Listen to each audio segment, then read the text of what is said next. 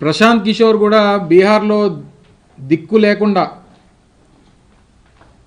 ఓటమి పాలవుతాడనేటువంటిది కూడా నా గట్ ఫీలింగ్.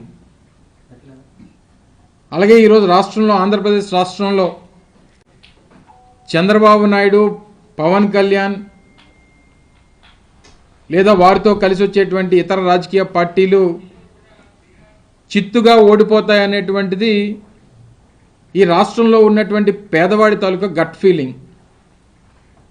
మరి రాష్ట్రంలో ఉన్నటువంటి ప్రజలు, రాష్ట్రంలో ఉన్నటువంటి పేదవాడి తాలూకా అభిప్రాయాన్ని తీసుకుంటామా, లేదా ఎక్కడి నుంచో బీహార్ నుంచి వచ్చినటువంటి వ్యక్తి ప్రశాంత్ కిషోర్ లాంటి వ్యక్తులు మాట్లాడినటువంటి మాటను తీసుకుంటామనేటువంటిది ప్రజలు ఆలోచన చేస్తారనేటువంటిది ఒకసారి ఈ సందర్భంగా తెలియజేస్తా ఉన్నా. ఎందుకంటే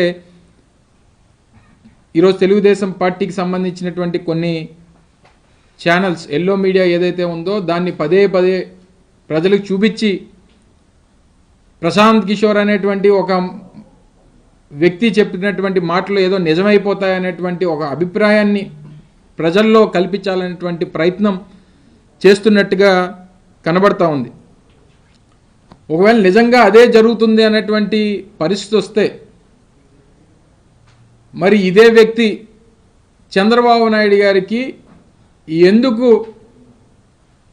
వారు ఉచిత సలహాలు ఇస్తూ ఉన్నాడు, ఉచిత సలహాలు కాదులేండి, సలహాలు ఇస్తూ ఉన్నాడు,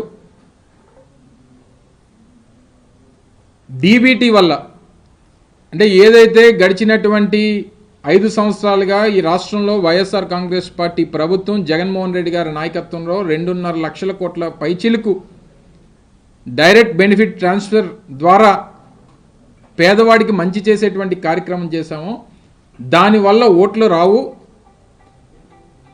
దానివల్ల ఈ ప్రభుత్వం లేదా వైఎస్ఆర్ కాంగ్రెస్ పార్టీ గెలవడం కష్టం అనేటువంటి మాట మాట్లాడారు. మరి ఇదే నిజమై ఉంటే మరి ఆయన ఎందుకు చంద్రబాబు నాయుడు గారికి సూపర్ 6 అనేటువంటి పథకాల్ని దాదాపు సంవత్సరానికి 1,20,000 కోట్ల రూపాయలు ఖర్చు చేయాల్సినటువంటి పథకాల్ని ఎందుకు సలహా ఇచ్చాడో ఒకసారి అది కూడా చెప్పుంటే బాగుండేది. లేదా చంద్రబాబు నాయుడు గారు గెలుస్తాడనేటువంటి నమ్మకం ఆయనకు ఉండుంటే మరి పవన్ కళ్యాణ్తోనో లేకపోతే భారతీయ జనతా పార్టీతోనో పొత్తులు పెట్టుకోమని చెప్పి ఎందుకు సలహా ఇచ్చాడో కూడా అది కూడా సెలవిచ్చి ఉంటే బాగుండేది. గడిచినటువంటి 5 సంవత్సరాలుగా ఒక పక్క వ్యవసాయం, ఒక పక్క పారిశ్రామిక రంగం, ఒక పక్క సర్వీస్ సెక్టరు, ఒక పక్క సంక్షేమం, ఇవన్నీ కూడా గడిచినటువంటి 5 సంవత్సరాల్లో ఈ రాష్ట్రంలో ముందుకు తీసుకెళ్తున్నటువంటి ప్రభుత్వం జగన్మోహన్ రెడ్డి గారి ప్రభుత్వం.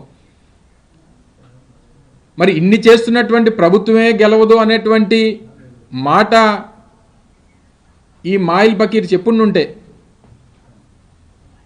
మరి గతంలో సంక్షేమం లేదు, అభివృద్ధి లేదు, మరి ఆయన గెలుస్తాడనేటువంటి మాట ఎలా చెప్తున్నాడు ఈయన? సో ఇవన్నీ కూడా ప్రజలు ఆలోచిస్తారు, ప్రజలు గమనిస్తున్నారనేటువంటి విషయాన్ని మర్చిపోయి, మన అందరూ తెలుసు, రాష్ట్ర ప్రజలందరూ కూడా చూశారు. నెల రోజుల క్రితం ఆయన వచ్చి చంద్రబాబు నాయుడు గారిని బహిరంగంగా కలిసినటువంటి సందర్భాన్ని చూసాం.